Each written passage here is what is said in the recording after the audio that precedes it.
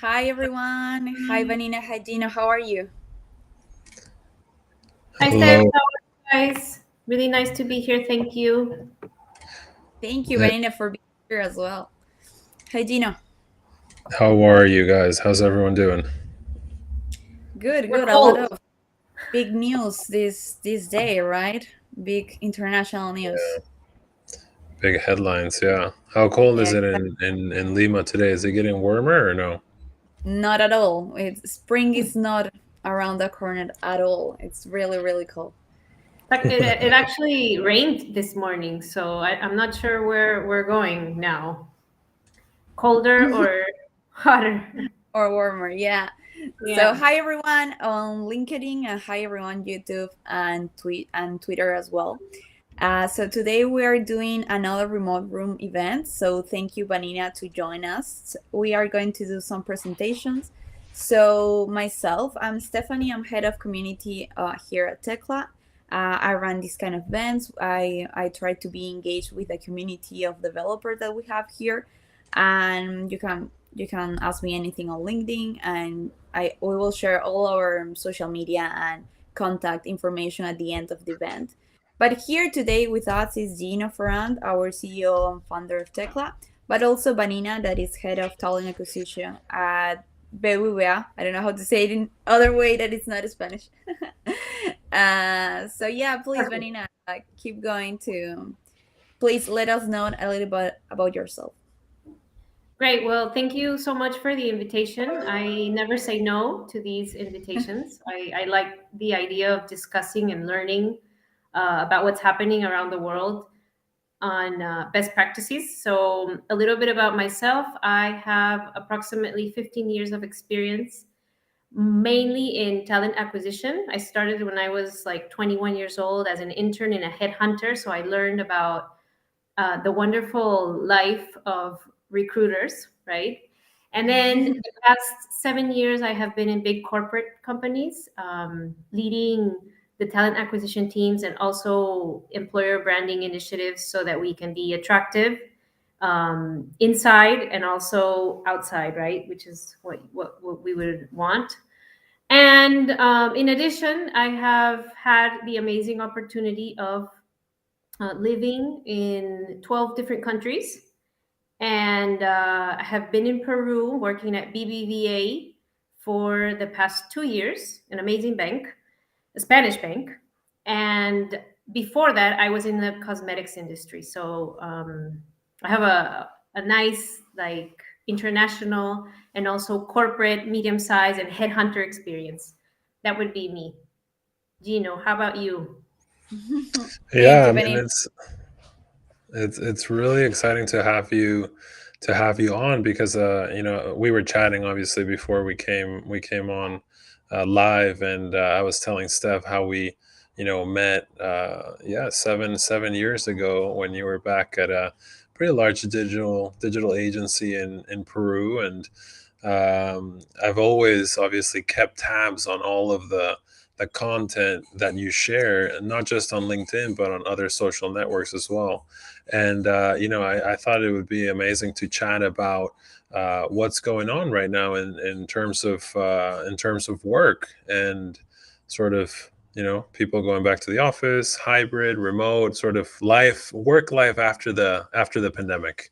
I thought that's going to be changing quite quickly, and so I'm just, yeah, super excited to chat about these things with you, since you have so much expertise, not just in Peru and Latin America, but really all over the world, and what's going on in terms of HR and talent acquisition and stuff like that. So really, thank you for taking Awesome. the time. Yes, Awesome. it Thank you is. both for those cool presentations. So yeah, hi everyone who is joining us on LinkedIn and YouTube. We're all more than 20 on LinkedIn right now. And I think a few more on YouTube. So yeah, let's dive right in. So I want to give some context to this talk for today. So our main title for today was, is remote work here to stay, or are we going back to the office? I know it's like a really cliche type of title, like everyone is been talking a little bit about it this year, last year. but I have some questions that I want to like start doing. So the first one is like, how have things have changed in the last 3 years? So before pandemic and after COVID, like during COVID and after the pandemic right now, what do you think top three things have changed? And Wow, that's a big question. I think it has been crazy. It has been crazy. Like during the pandemic, it was well in Peru. I had the experience of being here during all the pandemic, and what happened was that most companies did not have the capacity to quickly adapt, and there were companies that they didn't even have laptops. Like people worked with their desktops, so it was crazy. I remember like staying up all night with the team designing manuals and protocols on how to work, no. So it has been very, very crazy. I think the best companies after the pandemic year 2021, they sort of stabilized the operation and they got used to working. But that got used to working was a little bit like going back to the burnout sort of hustle culture, because you didn't mm, have any schedules, and it was very, very crazy. every And day. right now, like 2022, what I'm seeing is most companies, they saw the opportunity of staying with the remote. Like, Mm-hmm, let's have a mix of both of the worlds. But curiously, our legislation, and I'm talking here in Latin sure. America, it hasn't gone as fast as what we would need, to get this right hybrid structure working. So these smart companies, I think they decided to go flexible, and the flexibility has a definition depending on the company and the culture. And I think those are the good companies that sort of said, okay, we have to do this. But what I'm seeing now is that a lot of companies are going back to like normal. So now they're making everybody go back to the office. So I think in Latin America it depends. Like we're a little bit behind on the big trends that maybe that happen in the US, right, or in Europe. And I do think that the before and after Mm-hmm. has been a traumatic experience, and there are pros and cons of both worlds. But I do think that the best companies have to make the choice flexible and hybrid. Like you need both of the best worlds, right? So I think that that would summarize your question, Stephanie. I don't know. It has been hectic, and people are tired. People are traumatized. People are starting to like stabilize their schedules. And we really shouldn't go back to commuting because it's a waste of time, right? So I think companies Resources, that are right? smart are gonna, but there are also industries. So for example, at the bank, we have our I don't know how you call those, like the agencies, the offices Yeah, like that the work van. for consumers, right? So during the pandemic, it was amazing, everything that we had to do, and the teamwork, and you could see the commitment and the people going to work physically, and and it's one of those operations. Like the banking is, it's an operation that you can't click Can't it stop. off. You Mhm. can't turn it off. So so you also have that, right? Like how digital is your experience, and the context in the country you're in. So here in Peru, I really don't see, like, for example, the banking. I see it coming. In Europe, and well, we have a really nice country in BBVA, which is Turkey, that's very digital, the experience. But I don't see it happening for Latin America that fast, even though I am following these startups that are going faster, right? But still, there's like, you have really small towns and people that don't have internet, so it's like the velocity is different, right? Um, and then the last thing I wanted to mention is the generations. So Mm-hmm. from where I'm standing, we think we know what generations want. But you would be very surprised to what I'm seeing in the workplace. Like the younger generations, the ones that are leaving college and university, right, going to work for the first time, there's a lot of them that really enjoy the office. And they want to community. Yeah, that's really interesting point, because it's different if you've been to the office like the last 8 years and then you start doing remote. It's heaven, heaven on earth. But yeah, I don't know if you want like leadership roles to actually look for, and maybe you want to learn on like on place. That's a really good point. What do you think, Gino? Yeah, I was reading a report today, I think on LinkedIn, about how Gen Z apparently likes The Office. So I think that's what Vanina was saying, that you'd Yeah. expect the younger people, like, I'm a millennial, I guess, and I guess, No, we want the flexible stuff. right, We right, right, want yeah. stuff. Yeah, and we kind of think of like the Gen Z, this like 100% digital generation, so that they would, naturally want to just work from home remotely, even more than millennials. But yeah, I was reading this report about how Gen Z actually is one of the generations that is most interested in, working in Hybrid. office versus remote. Yeah. But were you at BBVA, Vanina? Were you at BBVA when the pandemic started? Yeah, well, in my personal experience, I was in a very amazing also cosmetics company when the pandemic started in March. Uh-huh. And I decided to make a shift in my career in that same year in October 2020. So Right in the middle of I, it. Wow. Yeah. yeah, I was, my onboarding was totally virtual, and it was very difficult, very difficult. Like you didn't get the culture during being remote. I think that's a huge challenge that HR has. Like, how do you get people to wear your T-shirt if they experienced everything remote with you, right? That's really challenging, and I think there are a lot of industries that are working around that business idea, right? Right. But it wasn't easy, and what was less easy was leading a team. Like, I got in and they said, okay, here's your team, like all these people you've never met in your life, and now you're their leader. So no, so I think that was a very big challenge. And I think the office does nice things for that sort of bonding and getting to know people. And also, like, it sounds simple, but let's write on the board, no, let's co-create, let's do some Mm, design thinking together. And it's very different, even though there are tools, and the tools there are, it's not the same experience. So I think there are pros and Yeah. cons, and I think, like, being able to choose would be the best answer, right? But it's not the case. Like, it's really difficult. You have policies, you have legislation. I would like to hire people in the U.S., but I can't because of the legislation. So I would have to have them in contractor mode. Well, Gino, you would probably Right. understand this. There are a lot of stuff around the law as well that it's Yeah. not figured out yet, and it's going really, really slow it's going But slower than the actual than yeah. reality. what's happening.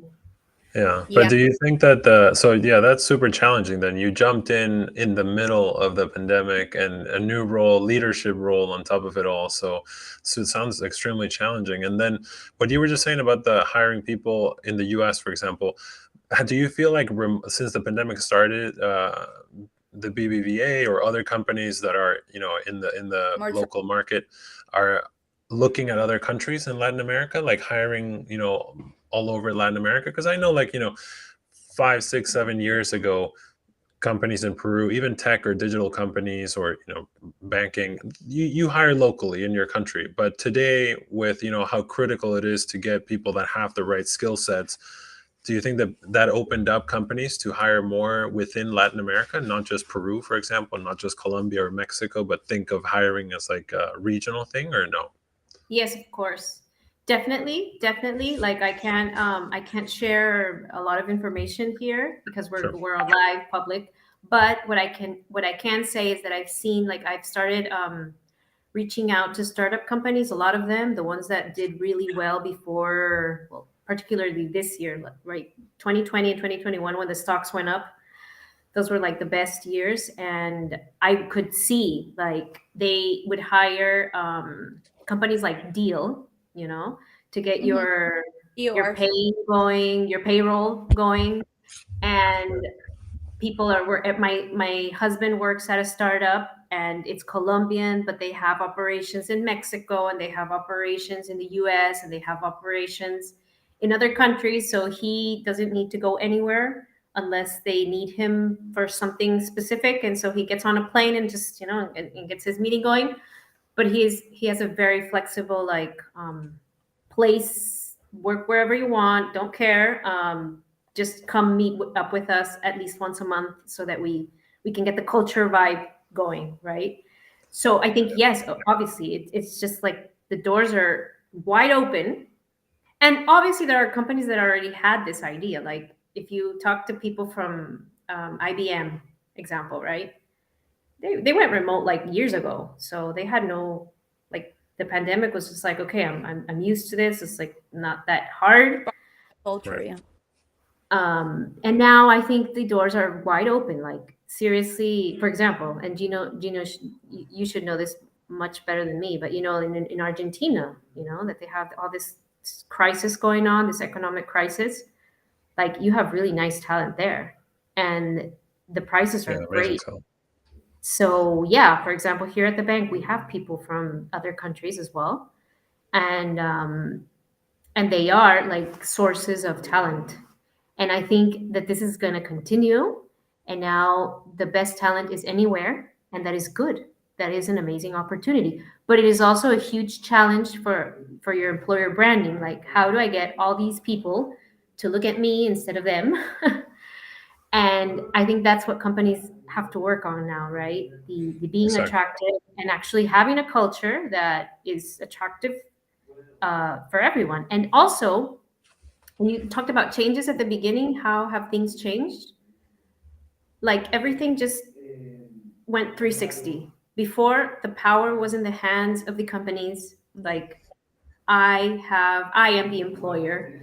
And now, like if you're good, if you're really good, if you're someone very You can talented, choose. Yeah. you can do anything you want. Like my husband said, I don't work for commuting. I hate that. I don't want to get up in a car, in a bus. I don't want to do that. I want to be able to travel. I want to, so he found himself a great job in a startup company that has that sort of flexibility. So I think there are many options for talented people now. You can choose, like you can actually choose. So I think there's this power to the people, and the trends that are following this new reality are the quiet quitting, the no more burnout or hustle culture for me. Thank you very much. And now the companies are like, crap, I cannot fill my positions. What do I do?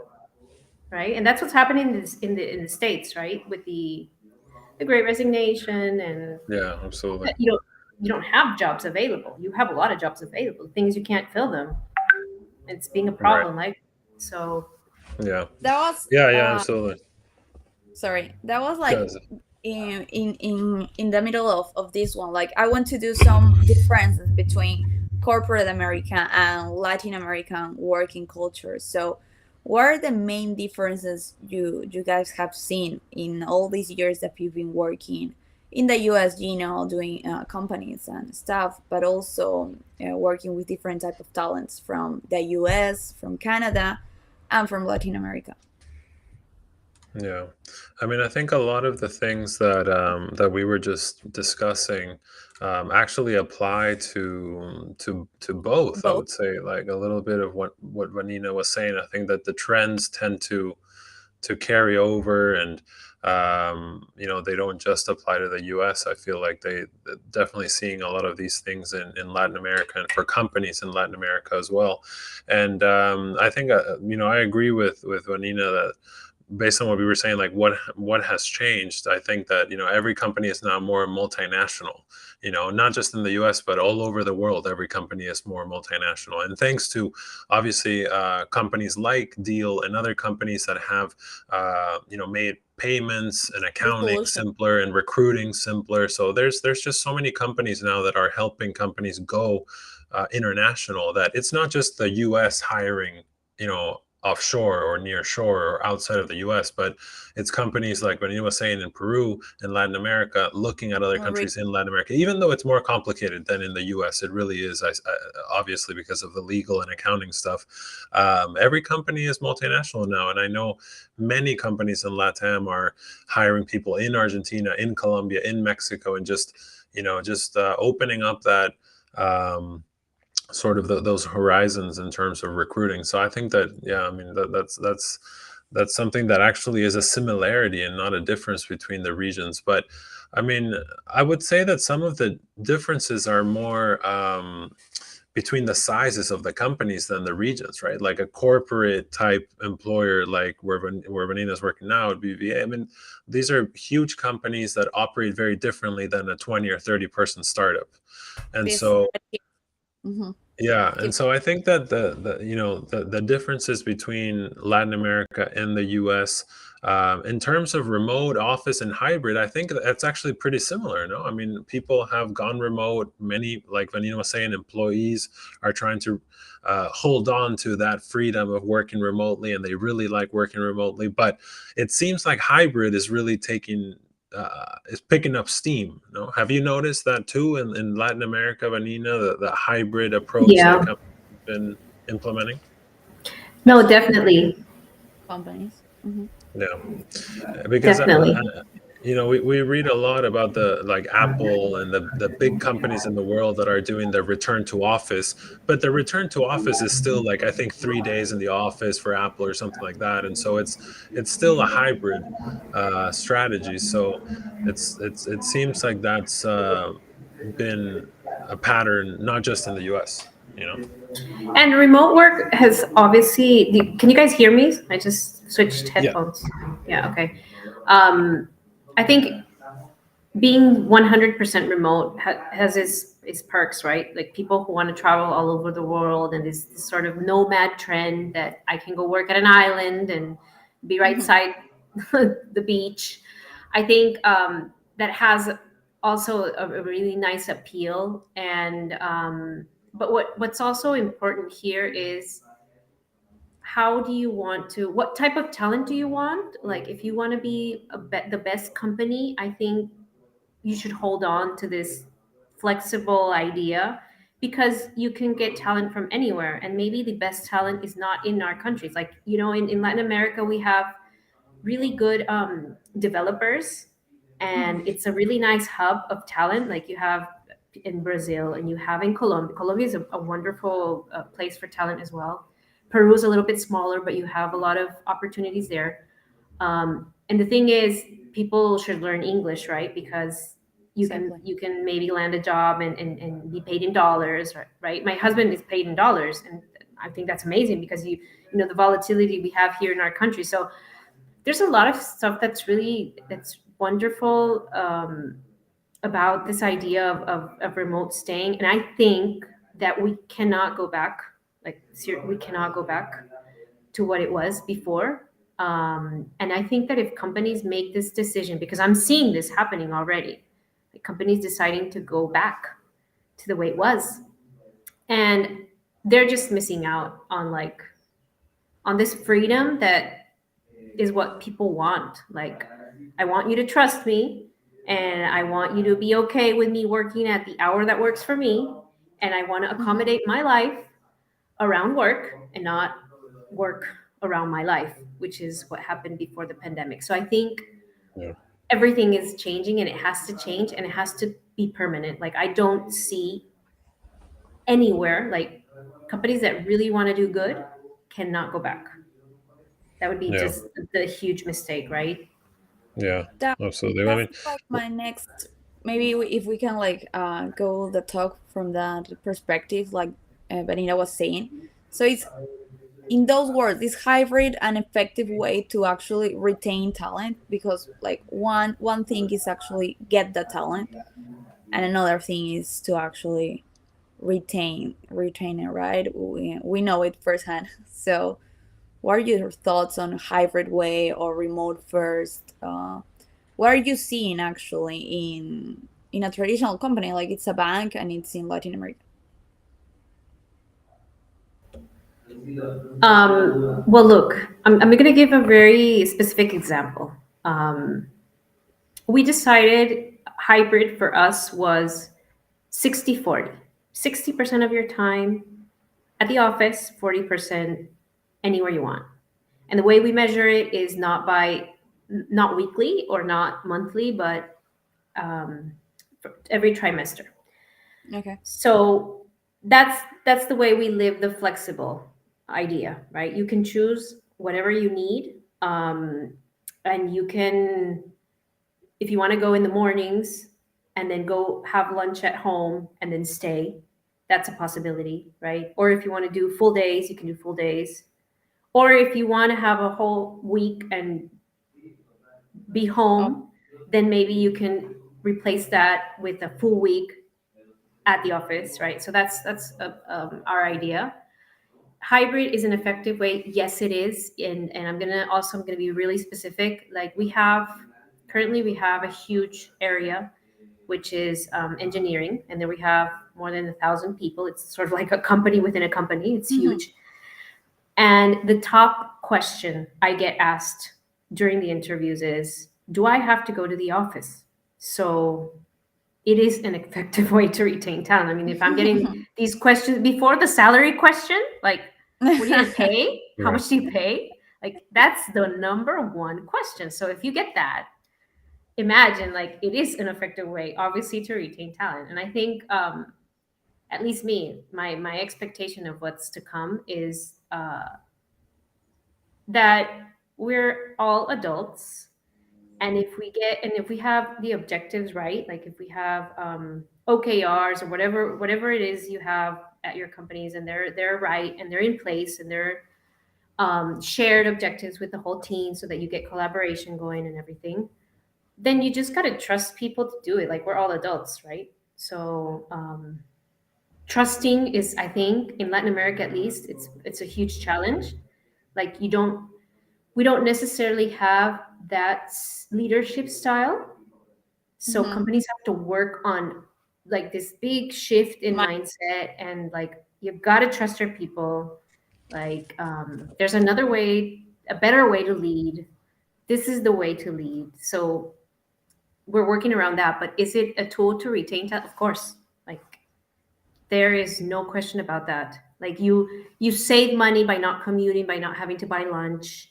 Like there are a lot of things behind financial health around the remote and around the flexibility, right? So that's that's what the specific examples, like the top question being, do I have to go, is it's amazing. Like yeah, before the before the salary. That's pandemic, when really would they that's ask really interesting. this, right? Yeah. Never. Yeah, I mean, I speak to a lot of HR and VPs of people and chief operations officers in the U.S. and they always want to know like what is it like in Latin America in terms of the preference for remote and hybrid, and sort of what's the state of these topics in Latin America. And some companies have this idea that they eventually want to open an office or something in Latin America. Like they still think of remote as like we can start remotely, but we do want to open an office. And I always try to explain to them just how, like you were saying, how strongly Difficult. people care right now about the flexibility that the position offers. And so it's not any easier than it is in the US, right? Like we see that globally, and in the US, there's a huge pushback from employees and team members to want to be remote, want to be at least hybrid, have flexibility. And it's not any different in Latin America. If anything, I see it even stronger in Latin America, because some of the commutes for people to go to the office can be hours, like 2 hours there, 2 hours back is Like something it's that not you would be Europe. like, You get on your subway and then you're there, right, and you don't get that sort of exactly. choice. So definitely, Gino, and I think you save a lot of money by not having offices. But if you choose to have one, what we have to do from an HR perspective is understanding and getting everybody on board of how you use that. Like, how do you use it? Like, what are you going to do when you're at home? What should you do when you're at home?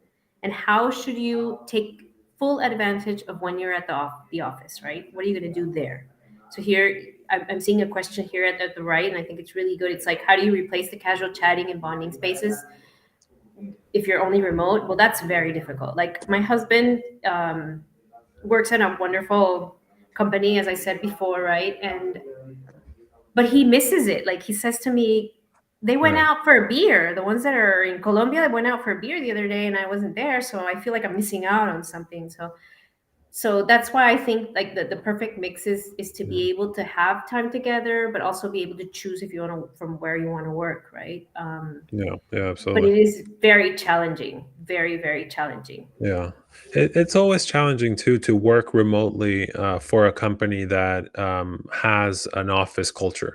Like, when it's a company that is all remote, like 100% remote, like us at Tekla, we're 100% remote, no offices, everyone works from home from like 13 different countries. And so there is a virtual culture. Like, we need to create the spaces for us to hang out. But like your husband, for example, working for a company in Colombia that has offices in Colombia where people are going to the office, then he feels like he's missing out, right?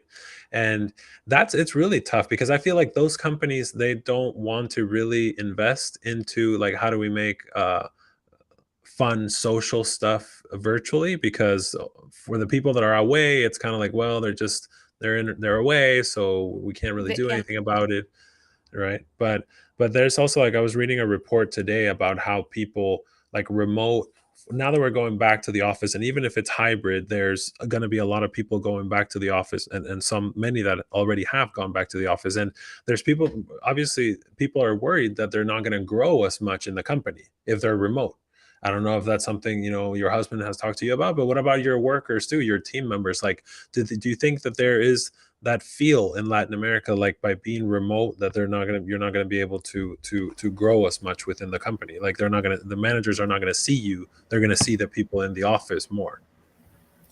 Yeah, that's a very good question. I think from this HR perspective, like the challenges are huge, and definitely what you're saying is correct. Like it's going to be very difficult to if you have people that go to the office and then people that decide to stay home or to travel and work from somewhere else. How do we see them?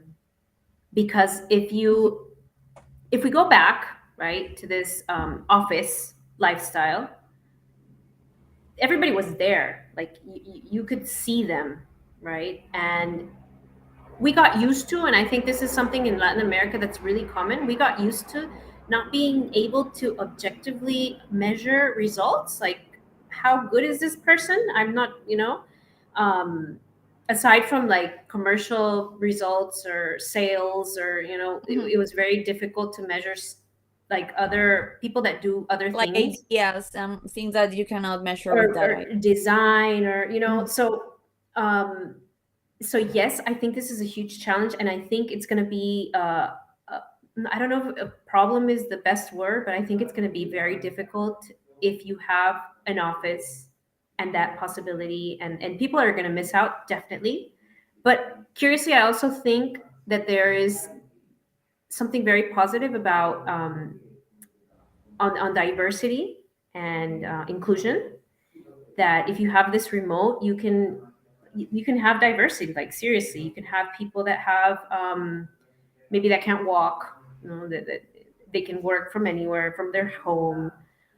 They don't have to go into an office and be uncomfortable and not be able to, you know and you also have mothers like me, for example. Like I have my son is 4 years old, and so I like to take him to school some days. Like I really do. So you can have that, and I'm not missing out on anything, and I feel okay about it.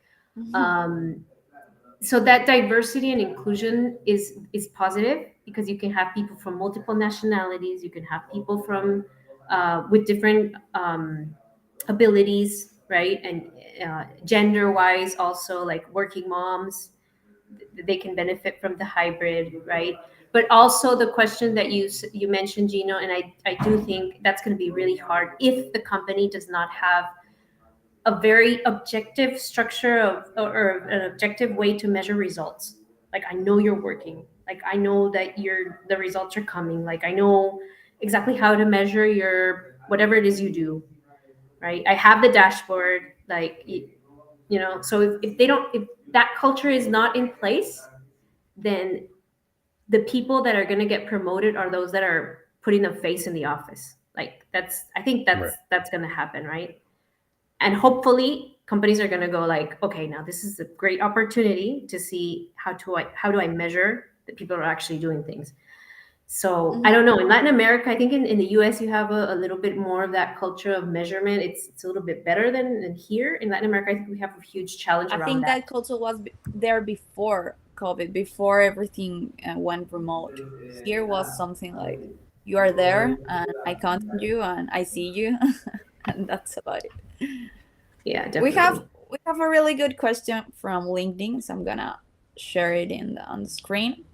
So is how is HR in companies working on adapting the management styles of their leaders so they can trust their team members and avoid micromanagement when people are working remote? I think that's what you were saying, Vanina, right? The trusting issue in Latin America, the trusting style from some leaders. What are your thoughts on this one? Well, we got to set things straight, right? If you have a team, if you lead a team, uh, usually you decide You, who's going to be on your team, right? So usually you you start from trust. there. You choose them. So if you choose them, well, you got to choose someone that you're gonna that's better than you, that you trust, right? So I think that the mindset is, and in Latin America, I think this is a huge challenge as well, because like people think that they're indispensable. Like if I'm not there, then everything's gonna fall apart, and people feel good about that. Like, oh, I'm completely indispensable. Like I can, they need me. And the thing is, it's that's not true. And the good leaders, they got to shift. They got to shift this mindset, and they have to have people below them that are so much better, and Mhm. that they can empower. And you got to have succession in place. Like you have to have two or three people on your team that are ready, or that you're working on getting them ready, so that when you go on vacation, nothing happens, everything's just perfectly fine, Smooth. right? And so we have to change behaviors, and is a big part of this changing behaviors. But cultural changes, like theoretically, they happen in 7 years. Like that's the theory. Like changing a behavior is not in a year. Mhm. So I think most companies have to be really bold, which is what I would do. Like if I were a CEO, I would be really bold. I'd be like, okay, let's see. How many people here are real leaders, leaders that are okay for this context, post pandemic, right? Mhm. How many do we have? And those that are not, okay, let's get them some coaching, or let's do whatever we need to do with them, and give them 3 months or 6 months to get on track. And then be bold, like this isn't working, this isn't the type of person we need. And because the thing is, the culture is made of people. You can say whatever you want on the outside, like the employer branding can say whatever you want, but the thing is that the truth happens inside, and your leaders represent every single bit of culture. So HR has to work, but the leaders have to change. And I don't think most leaders were ready for this. I don't think I don't know a company that has something really good in place. But and I can't tell you the secrets that we're working on at BBVA. But what I've just said So, is being bold and making decisions, and then you have to work on behavior, and you have to work on having people that represent whatever it is you need for the culture to work, right? And that's the sort of projects or planning that the HR has to have in place. And also with the more flexible and hybrid approach, you get structures that are not I don't know how you say, like the pyramid, like they're much Yeah. more horizontal, more, yeah. which is what usually happens. Or you have you get like, for example, at BBVA, we have all these wonderful examples of things that people are doing in other countries, right? So I can pick up my or when send my Zoom or my, we use the Team Pick my Suite, phone, right? yeah. and then and talk to someone in Spain and talk to someone in Turkey and, oh, hey, what are your best practices, like what are you doing? So I think now, I think HR and companies, you have to like use that, really use it, like what's working for you, like what have you done, what, measure attrition, like are people leaving, are people staying, use the reputation reports, like what does great place to work say, like where are we standing, like what are my people, get a thermometer, or how are Mhm, people right, feeling, like feeling. a sentiment, right? And you Yeah. have to have all these numbers and sort of to make decisions on how you're gonna make the transformation that you need, right? Yeah, absolutely. So we were talking before the live began, so about what they actually want, what did the talent want, remote work, hybrid or not. And we did some polls on for our community. Where Tekla is a remote first company, so maybe lots of people that follow us are in that they like that way as well. But these were the results, and then we can discuss it. So on LinkedIn, we had almost 500 people that voted, and 79% they prefer remote first, like remote 100%, and hybrid 20%, all office only 1%. Yeah, And the that's low. same thing, happened on Instagram. That was to more than 200 people, 86% Wow. remote, 14% hybrid, Oh God, you guys are and killing going me. back to the office, 0%. Like I no think one that, clicked that one. like Steph was saying, obviously, I think that a lot of our community are, first of all, people in tech, right? Professionals in tech in Latin Exactly. America. That's our community. You're a But little also, biased. Yeah. obviously, they're engaging with us and our content because we're, you know, pushing for remote and international work, and helping companies outside of LATAM and talent in LATAM. So this could be skewed, I would think, a little bit A bit, a towards bit. a bit more You got towards your remote. bias here. Yeah, yeah, yeah, exactly. I think our bias is showing on these No, polls. But but you know what are what, you Gino? I seeing? think, What are you yeah, seeing? I think this is perfect. Like this is what I see at in for the developers and maybe the more digital marketing, UX, UI, sort of that sort of world. Those roles. It, those roles definitely, like I think this is accurate. As I said, they asked me first. They asked me this first, and then they asked me the how much. So Yeah. it's that says everything. But for example, in my case, I do, like I see my husband and I think it's amazing, like he can get on a plane tomorrow and they have all this software in place, and people are used to doing this, they have everything in one, like they integrated all the solutions, like the deal and the payroll and the culture, and they have everything integrated and it's amazing. So he just, like, tomorrow I have to go to a meeting and I have to get on a plane, so he goes in his app and he says okay, blah, blah, and then everything's perfect and he gets on his plane. So I think that's great. And also I think we haven't talked about this, but um, in the States and here in Peru and or in Colombia, you could have the same thing. Like if you live in the capital, it's so much more expensive than if you live like in a little town Exactly. elsewhere, right? Like I have dreamed, you're from Peru, so like I have dreamed about living in Arequipa because I have a little boy and I want to have a little girl hopefully soon, before I get too old. And No. I know fact that renting a house or buying a house is like half the price.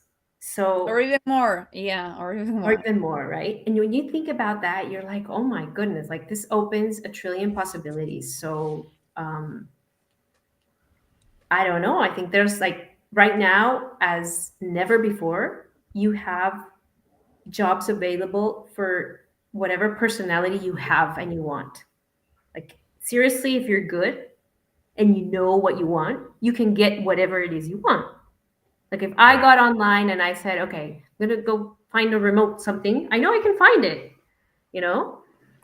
Yeah, it's And I think that's much easier than before the pandemic to find those.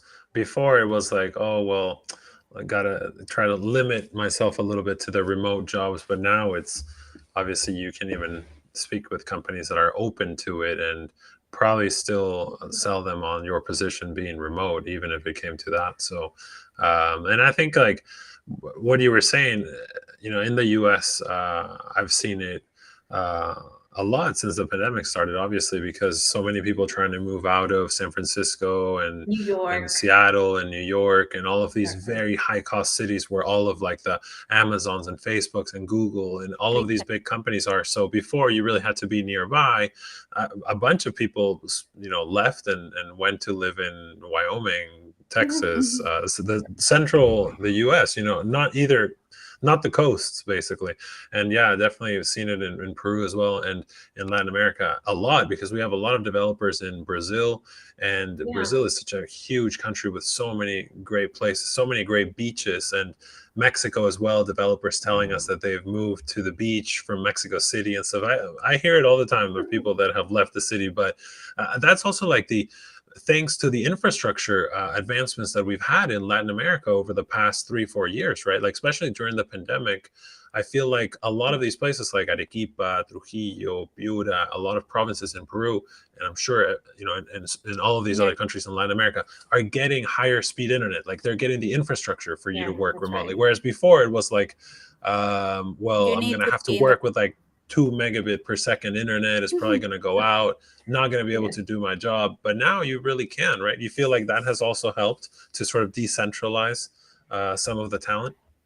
In 2017, when I left Liquid, which was this the place where we met, that they were also working Yeah, on digital solutions, right? yeah, Um, I left because I went to live in Cusco, and because my husband landed a great job there at the time, so I had to choose, and we didn't have like. Never The did it cross our minds that Vanina could work from Cusco. Like, and I'm talking about like 2017, so like the shift has been really fast, like everything's, but I do think that for the tech world, you do need the remote, like the fully remote is like the option, because like they don't, most of people who are really great developers, like they like to sit down and they like to work on their projects, and they have a great time, and they feel like they lose time when they go in meetings and things like that. So you don't need that. Like, and they have it. It's really clear. Like I do the interviews that when people leave. Some interviews, I Mhm. do some interviews to understand what happened, right? And you get that, right? You get like, I like my technical job. I like to develop. I like to create solutions. I like to solve problems. And I don't need to go to meetings, and I don't like meetings, and so I think what's now happening, and I think for HR, what we have to do now is have like marketing, right? Segment all of our people really well and personalize whatever it is that we're going to offer them. Like this group, I'm going to offer them this. This group, they don't want this, they want this, and I have to offer them this. And in the corporate world, it's very difficult to get this like one fits all. It's impossible. Mhm. Like you can never have everybody Especially for happy, big companies, yeah. right? yeah, definitely. But as if you're smaller or you're medium size, I think that you have more possibilities of doing like creating other solutions. I don't know, Gino, how you onboard your people. Like I think the onboarding is also something really difficult. Like how do I get people to get my culture in, and how do I get people to collaborate and know each other?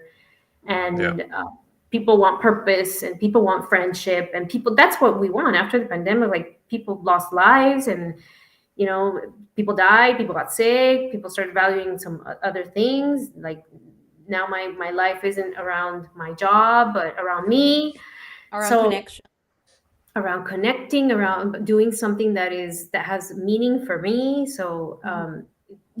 if you look at it from a macro perspective, it's so challenging. Like HR is exhausted, I can assure you. Like we don't yeah. know what else to do.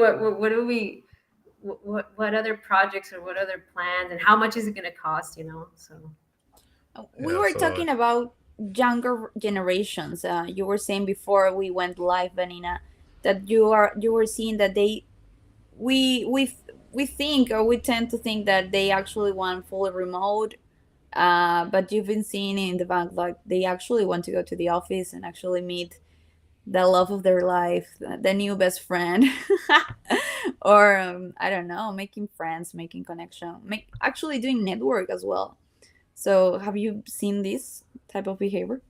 Yes, definitely. Like I have an amazing team. I think some of them are connected because I can see them, like they're clapping their hands there. So thank you guys for coming to watch.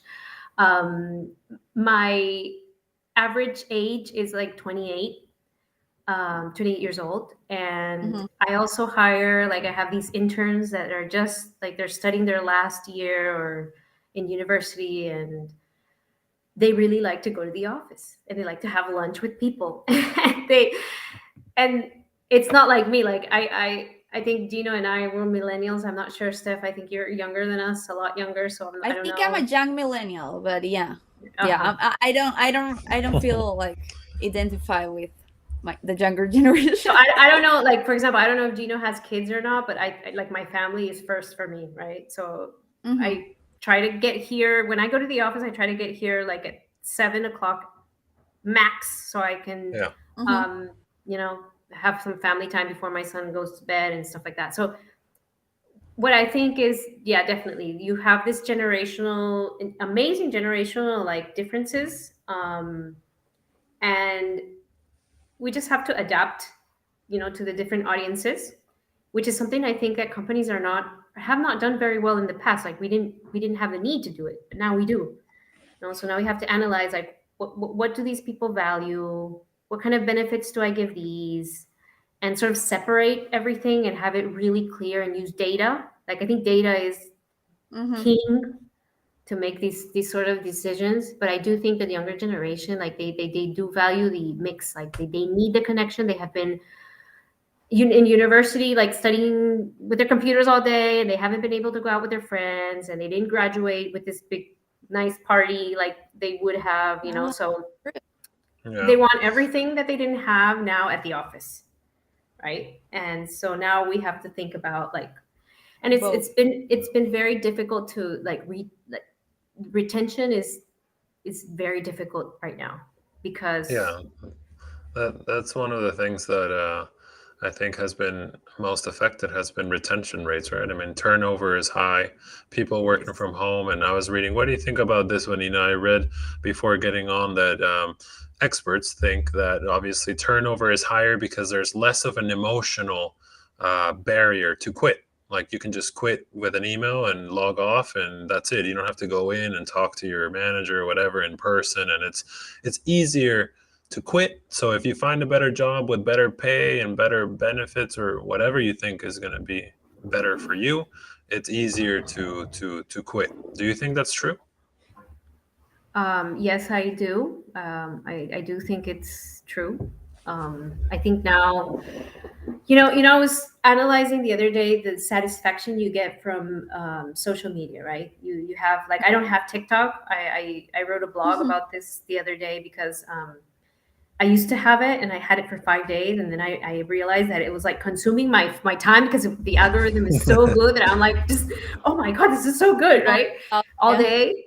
So I said, okay, no, this is poison. I'm just gonna erase it, and I erased it.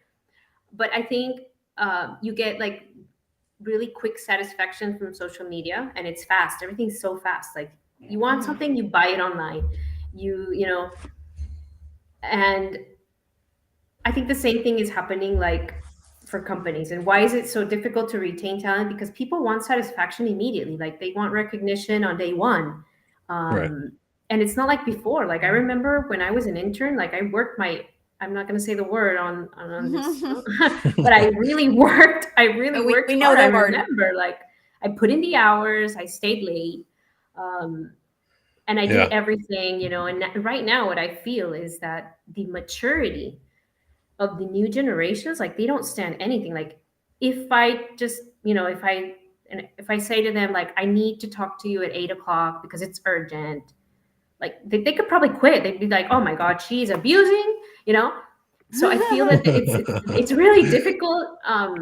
It's really difficult. Like I'm not sure how mature new generation. Now they're gonna all like chat right here on the chat. But I think I'm not sure how younger generations are dealing with maturity right now, because social media has changed everything. Like the satisfaction is immediate, and the same satisfaction that they get from social media is exactly what they want at the workplace, and it's just impossible to give. Like you cannot do that, right? So having to think about how I'm going to talk to someone and give them their feedback, the hard feedback, the one that they need to grow. Now I have to think like a million times like how I'm going to say it, for the younger generation. I remember that in my case, like they gave it to me like bluntly, like Hard. this is it, Take like it. Yeah. seriously. Yeah. And so that's very difficult, and retention is becoming very, very difficult because of that. And I think it's because of social media, and it's because of we're getting used to everything being so easy. Like, Gino, do you think that now someone that's in his 20s or just going into college, do you think they read books? Do you think anyone reads books right now? I love. You You know, know, I think that I mean, I do a lot of reading. For example, I'm reading all day, but I don't read as many books as I used to. And I don't think I'm in part of like the younger generation you're talking about. But I think that there's still, even that is probably more instant, right? Like you read an article, you read the next article, the next article. But a book seems like a big undertaking, and I would assume that there's Exactly. probably not much, yeah, book reading because it takes Yeah, too it's our long. 400 attention pages. span. Yeah. Yeah, so we the want younger quicker generation bits. gets inside a new job, right? And so in one year they'll say to you, I want to be a manager. And I'm like, oh my God, it took me 15 freaking years to become a manager. And you want to be a manager in a year? What is this? What's happening? What's going on? But the So problem, but I mean, I don't know if it's the problem, but I would say that the reason why they can say that is that the market has been so tight. The labor market has been so tight. There's so many great opportunities, and we're so multinational. So many great opportunities that, like the BBVA. I mean, you're competing, even though you're such a global brand, you're competing with companies from all over the world that can make offers to people in Peru or in South America. And so exactly. the thing that, like, if you want a longer trajectory, but then there's companies making offers for people to leave, it makes it It's hard. supply Like, and demand. It's supply and yeah, demand. So exactly. so that's the Yeah, context that we're in. So it is very challenging. And I think, and we've said it already, like the key to everything is put really good people in place. Like put good leaders in place, like people that motivate you, people that help you grow, people, and that's the only thing that I can think of that will stick the glue and make everything sort of work yeah, right now, yeah. right? Companies always ask me, US companies that are trying to enter the LATAM market, they ask me, what's turnover like in Latin America? Do people stay for a while or do people leave? And first of all, you have to realize we're talking about the tech industry, which is known Mhm. for having higher turnover, like developers, designers, creative people moving, switching jobs much faster than maybe someone in HR even. Um, but I always tell them I don't see a big difference in today's, like, if you compare tech markets of people in Seattle or the US versus tech market developers in Latin America.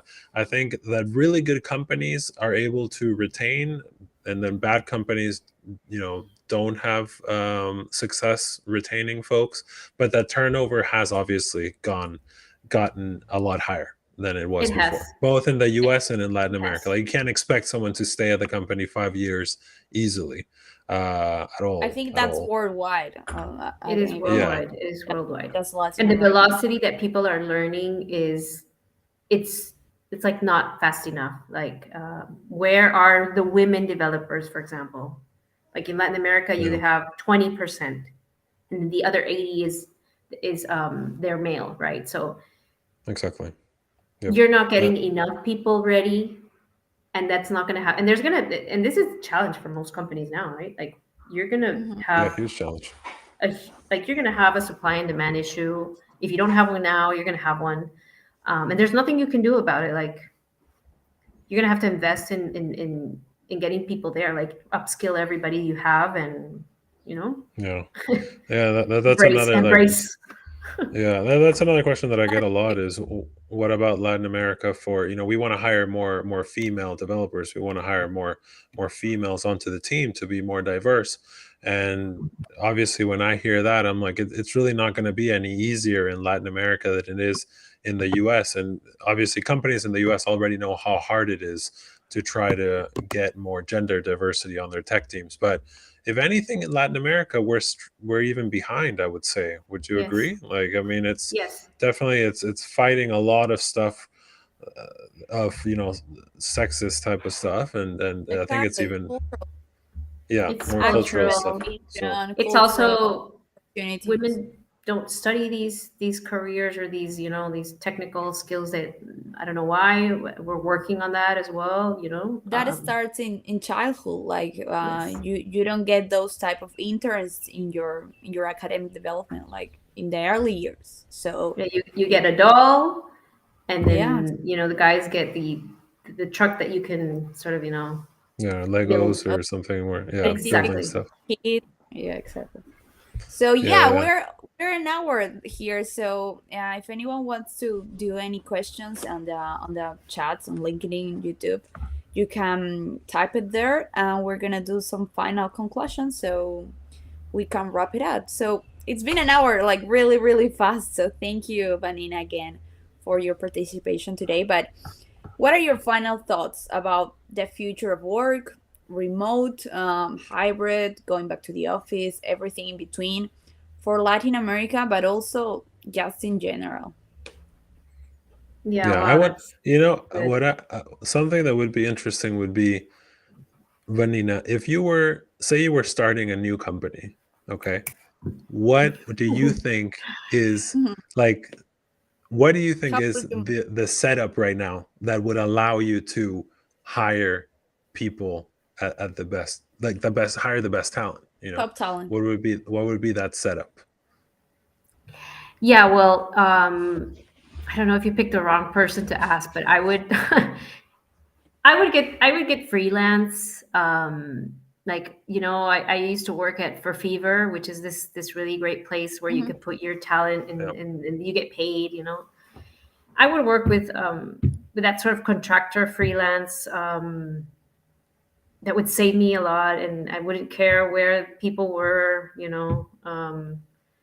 And I would try to get a really nice onboarding in place, and then obviously set up space for at least 2 or 3 times a year for everyone to get together to get this culture thing, that we right. need as well. So I would save some money to get that maybe once a month or So three not times not a year. hybrid, not hybrid. You would do remote, but get-togethers, like 2, 3 Yeah, times a year, whole team I sort of team would. bonding, like team bonding Yeah, get-togethers.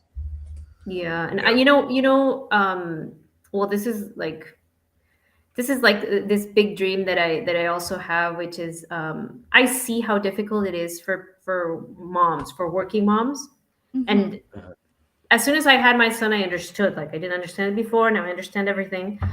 And I know there are a lot of mothers that are missing out on great work opportunities because they can't handle everything. So I would probably try to you know get a company going around that sort of subject, getting these moms that they can work part-time or something like that, and I'm sure they would be really yeah, productive.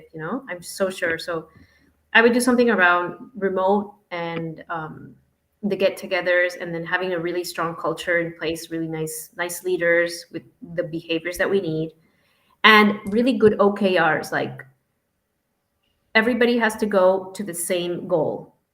Hmm. How, from where I'm standing, talent acquisition or whatever my peers are also standing, how do we all go there? Set that up really well, and have everyone working very collaboratively. And it sounds really easy, but it's not. yeah, So that definitely. would be it. Yeah. I mean, talking about like a lot of the companies that we work with and that we speak to, they actually want to do the office space because they think that that's what people want, right? Like they think that the Wow. or not what they want, but they think that that is like a perk still or uh, a A benefit, benefit. more stability as well. And like we didn't talk about that at all, but like the benefits thing, have you seen that change in the last few years in terms of how many potential employees that come to you really care about some of the benefits, or is it really more like the flexibility and the salary type of thing? That's a great question. Hmm. I think, as I said before, we go back to marketing. Like, people are different. Everybody has a different way to see the world, right? And I think generations have a lot of stuff in common. Like, I know that my, I don't know, baby boomer or that generation, or the one that's before that, I don't know what it's called. Exactly. They really care about the salary, and they care about the perks, and they like the office, and they like to go to the office. The And stability, the benefits, the millennials, mostly they do like the hybrid idea. They like the idea of going somewhere, but they also like the idea of having the choice to stay at work at home, Flexibility. you know. And then you have the younger ones. So, but I do think there are two really important things that will not change. And one is like the compensation, like the money, Hmm. right? I've seen a lot of changes throughout the years, but that will never change. Like, that is something very important. People put yeah, it in their top three, like top three. yeah, But now there are people that are like sort of like switching it a Switching little your. bit. Like if you ask me, like before, but well, I might be a little bit biased, but I would enjoy more flexibility, and I could do a little bit of a lesser wage if you give me a little bit more flexibility. And now there are people that are looking at that, like, but obviously salary yeah. will still be top three, right? Yeah. No, no, absolutely, absolutely. Well, I mean, it sounds like from everything we've spoken about, personalization and data are like the Exactly. best ways to move forward, because it seems like you guys are really taking data and, you know, I wouldn't say making exceptions, but rather as a strategy, To make decisions. realizing that different teams operate differently and can have different things. And I think that that's, for example, I know that like Amazon is big on that, and they were big during the pandemic on allowing teams, like the managers of each team, to decide what they were going to do, like what was best for their team, because maybe a logistics team or HR team would operate differently than an That's a IT good team, and different than strategy. a software That's a development good team. strategy. Yeah, Like, and so each team has you a know, specific need, and that's the way to go, right? You just accommodate everything on yeah, what the team does, on the functions, on the role, on right, yeah, so that's good. And also, if you have like for big companies, that you have perks, you have like 100 benefits and a list of 100 things. So yeah, it's like marketing. Like, which ones do I sell more to this audience, and which ones do I sell more to this audience? What do I talk about yeah, with these people? What do I talk about with these people? So yeah, in order exactly. to do that, you have to have the data. You have to have a good idea of who are the people that are working for us, right? What are they? How old are they? What do they like? Do they have kids? Do they have dogs? And I don't Yeah. know if every company is has the information or is thinking like that, you Right. know? Always Yeah. getting that information because you need to ask it first, right? You need to ask, do you want to be a mom in the near future? Do you want kids or not? Of course, not in the way that it's intrusive, but Discriminates. exactly, but in Or a way that you discriminatory. actually know your audience and you know your team, your people. Yeah. Yeah, absolutely. No, yeah, thanks so much for sharing all that Yeah. insight, Vanina, on, from such a big brand too in the industry, right? Like you're working in talent acquisition for such a big brand, and still dealing with the same issues that small companies, every company that is trying to acquire talent is having to deal with the same issues, obviously, and sort of understand what people want in today's work environment and sort of where it's going next to. So really thank you so much. And you have so much expertise from, so many different, like the region as a whole, but the US and just globally. So it's been a wonderful perspective, really. Yeah, thank Yeah. you guys for the invitation. It's been wonderful, and I get really passionate about this because I think the world has to change a lot of behaviors, collectively. We have to change a lot of stuff, and there's a big shift, and everything has to go another way. So thank you so much for the opportunity, and I hope to see you guys in another space. And Gino, it's really nice seeing you after 7 years, I and know I it's great hope to that we get reconnect. a chance to meet again. Yeah. And Steph, thank Definitely. you so much for the invitation, and the guys that are connected, everyone that's connected, girls and guys, thank you so much for your participation in this event.